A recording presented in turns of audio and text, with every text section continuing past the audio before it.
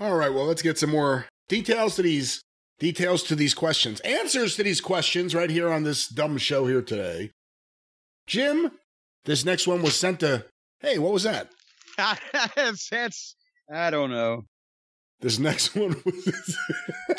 This next one was sent to CornyDriveThru@gmail.com from Logan Landers. Logan Landers. That is correct. It's quite the name. It sounds somewhat phony, but go ahead. Current Ring of Honor World Champion Jonathan Gresham is beginning a new promotion called Terminus.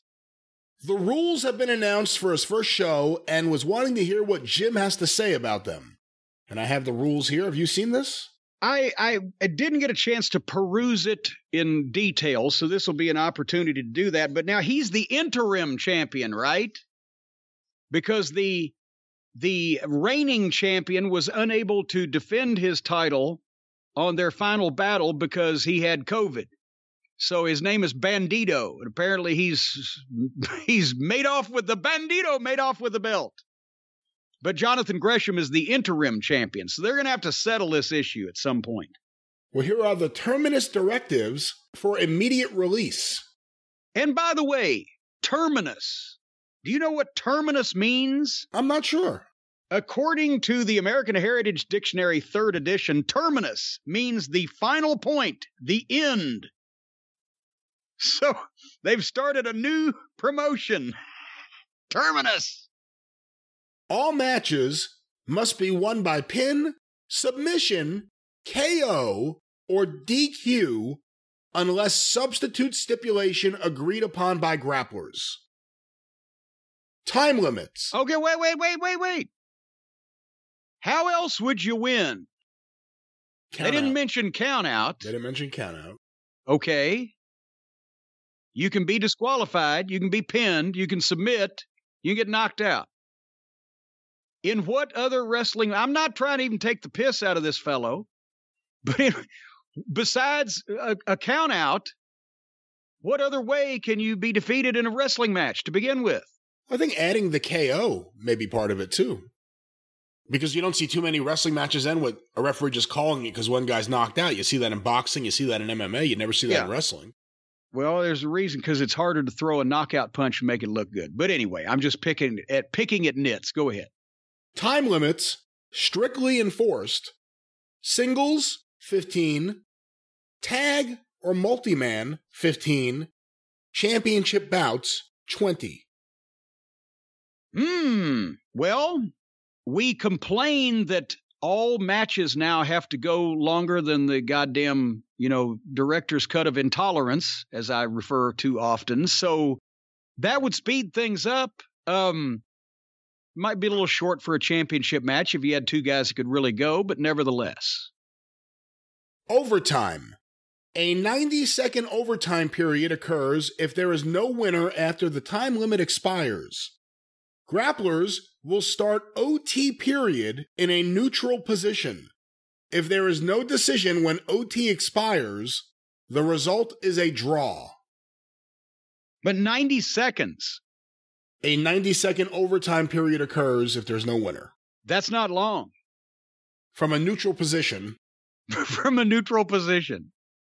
Well, wait a minute. But now, okay, here's the thing. And I understand they're going for like the Ring of Honor Pure Wrestling title rules, or some of the stuff that Gabe did in Evolve, where it's, and I'm sure they don't have any grandiose thoughts that this is going to take over the WWE's audience. This is a niche promotion for fans who like the technical grappling style, I would assume.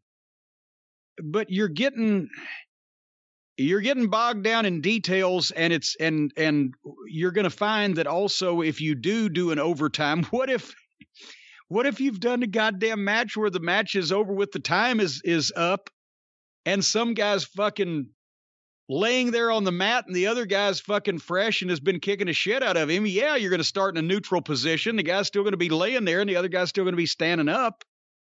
It's maybe harder to do some of these things in execution than when they're just sitting around thinking of rules. And if you go too deep with rules and stipulations and etc., you you lose people because they don't get it all. I'm all in favor of rules in wrestling because all sports have rules, and the rules that have been involved with wrestling for 50 and 100 years are still valid and good and also simple to understand if the promotions would bother to actually educate their fans what the rules are. But we don't need to get real fancy in reinventing the wheel because it gets convoluted and people don't understand or instantly in their mind see what the fuck is going on. You see what I'm saying? Yeah, throughout the years, you would see various rules, especially NWA rules in magazines or programs. Did any promotion ever put out a rule book? I have one, which was from the Calgary Boxing and Wrestling Commission. I have one of those, yes. Yes. But that wasn't put out by the promotion. But that wasn't put out by the promotion. But the promotions technically would, in terms of when they printed the rules in their program, but the rules weren't long enough for a book. That's what made wrestling rules great. They were simple, they were easy to understand, and they weren't counterintuitive, as they say. They made sense. Everything made perfect sense. It was easy to articulate, easy to explain, and some territories differed. It was an automatic DQ in the AWA to throw a guy headfirst into the steel ring post. Down south, that happened a lot because guys needed creative ways to get juice. Some places, coming off the top rope was a disqualification. You could do a knee drop or an elbow drop or whatever off the second rope, but not the top rope. That was considered too dangerous.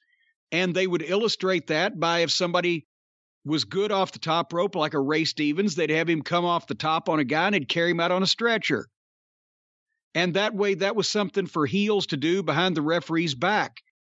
And in the Memphis territory, jumping off the top rope and making contact with somebody, you could miss, didn't matter.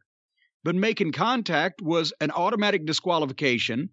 Every heel tag team did the same thing behind the referee's back. When the referee's putting one babyface out, one of the heels holds the other babyface, and the other heel comes off the top rope with just a double sledge or whatever, and the people were ready to crawl over the fucking rail because it was illegal and it was dangerous.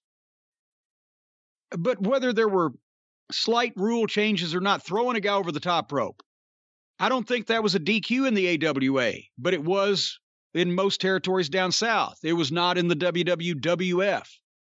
But it made sense that you can throw a guy out of the ring, but if you throw him over the top rope because of the fall to the concrete floor, that cannot be tolerated.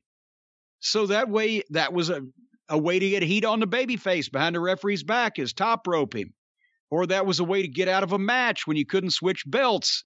Babyface is cooking, fucking dump him over the top, get disqualified, get the fuck out of there. But it was simple to understand, and everybody automatically knew it. They didn't have to have the announcer explain it to them. They didn't have to have the ring announcer announce the reason for the disqualification. They saw it. Foreign object, whatever. When's the last time somebody used a legitimate, real object that you would use as a foreign object in a goddamn wrestling match instead of the furniture or spikes Kendo or whatever stick. the fuck? Kendo stick. Kendo stick. That would never be used for anything. But that's the thing, is wrestling rules, simple, easy to understand, and even if they change slightly from territory to territory, they always made sense. That's why the fans understood it. Disqualification criteria: 2 technical fouls, foreign object usage, and outside interference. And I have a list here of the technical fouls. Remember, 2 of them equal a disqualification. Okay. Throwing opponent over top rope. Okay. 10-second top rope count. 5-count rope or corner break. Intentional physical contact with referee. Intentional low blow. Intentional eye gouge. Fish hooking. Intentional hair pulling. Spitting. Closed fist punches to face. Technical fouls given at referees' discretion. Well, and again, those are all things that were against the rules in wrestling. Can't pull hair, you can't pull the tights, can't gouge the eyes, can't hit the referee, can't use foreign object. They're articulating it, which is a positive, but and I'm not going to blister them about their tweaks, except that they're expecting the fans to. You can do any one of those things and not get disqualified, right? But if you do two of them, you're going to get disqualified. Are the people going to remember? Is it going to have the same impact on them when they see somebody do one of those things because they know, well, they can still do another one before they get disqualified? But they're not reinventing the wheel here. They're trying to go with it. In a sense, it's kind of a mission statement more than a rule set. Yeah, they're trying to say, okay, and this is probably, and I've seen Jonathan Gresham a few times, and he's a very technical guy, and all promoters promote the style of wrestling that they are most well versed in. He's probably wanting to go for the crowd that likes technical wrestling, submission wrestling, etc. They don't want any gaga, as opposed to too much gaga. See, we can't ever get the right porridge these days. It's either all the way gaga or all no gaga.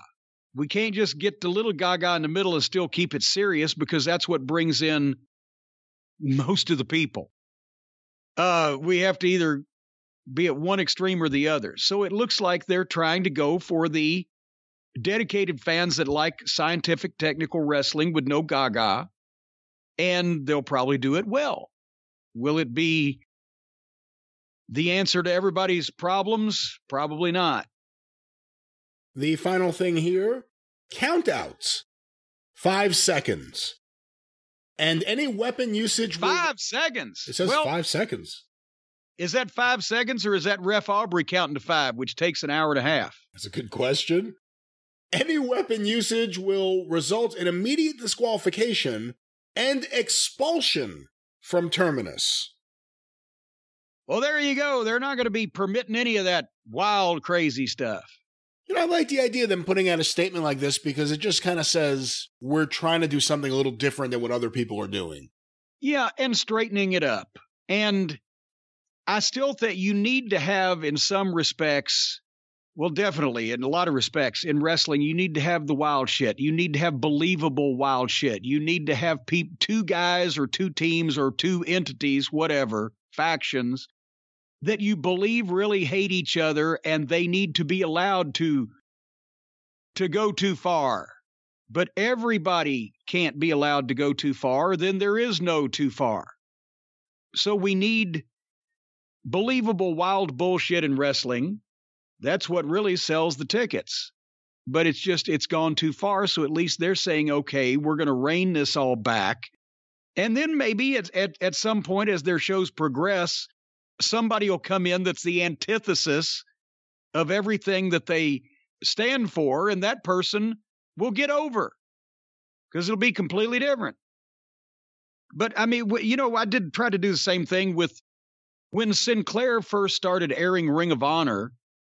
We tried to differentiate ourselves from the other products somewhat, and also acknowledge their existence, by having guys like Charlie Haas and Shelton Benjamin say, yeah, you know, we excelled in amateur wrestling, you know, in school, Shelton in Minnesota, me at Seton Hall, and blah, blah, blah. These were our amateur credentials. Then we spent quite some time and excelled in entertainment wrestling. But now we've come back to what our first love was, which is competition. So subtly you get in people's mind, you have to acknowledge that most wrestling looks like bullshit these days. And that, yeah, the WWF is fake, but we'll acknowledge it. It's entertainment wrestling. But these guys are real, and what we do is not. So this is another way of trying to differentiate from just all the silly, goofy backyard outlaw wrestling they see. Well, when it comes to rules, You better follow the rules. Otherwise, there's one man who may be coming after you. Perhaps you're taking advantage of the little guy. Perhaps you're a big corporation poisoning society. There's only one man to call, Jim. And what is he called? I'll tell you exactly what he's called. This is his name.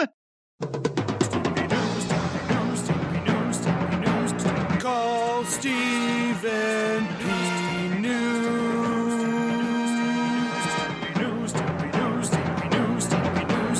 If you need to sue.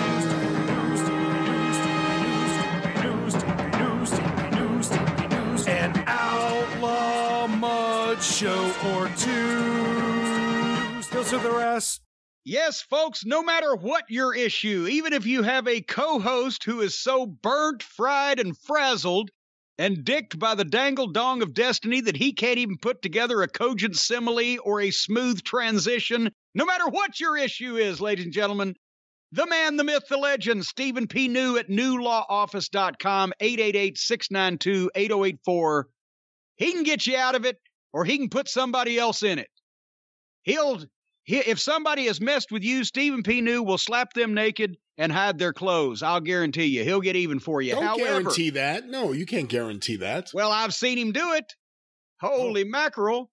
This one guy, he slapped him about the head and face a couple times. The guy was arrested for WRAF, walking recklessly and attempting to fall. Anyway, however, even though that Stephen P. New is the consigliere of the cult of Cornette, a favorite of all the wrestling fans because he's one of us, and also someone who still to this day people around the world are discovering is a real individual and not someone that we have invented.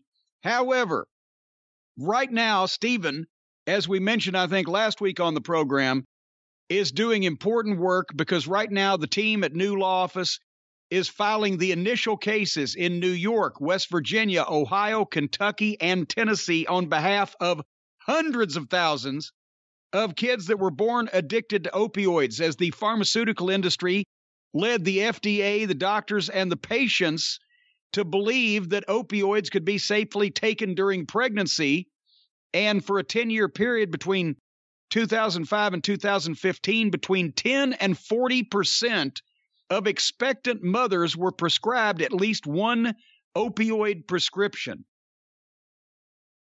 I'm 60 years old and I have a lot of bad body parts, and I have not been prescribed opioids since my last surgery, and that was a one-time deal.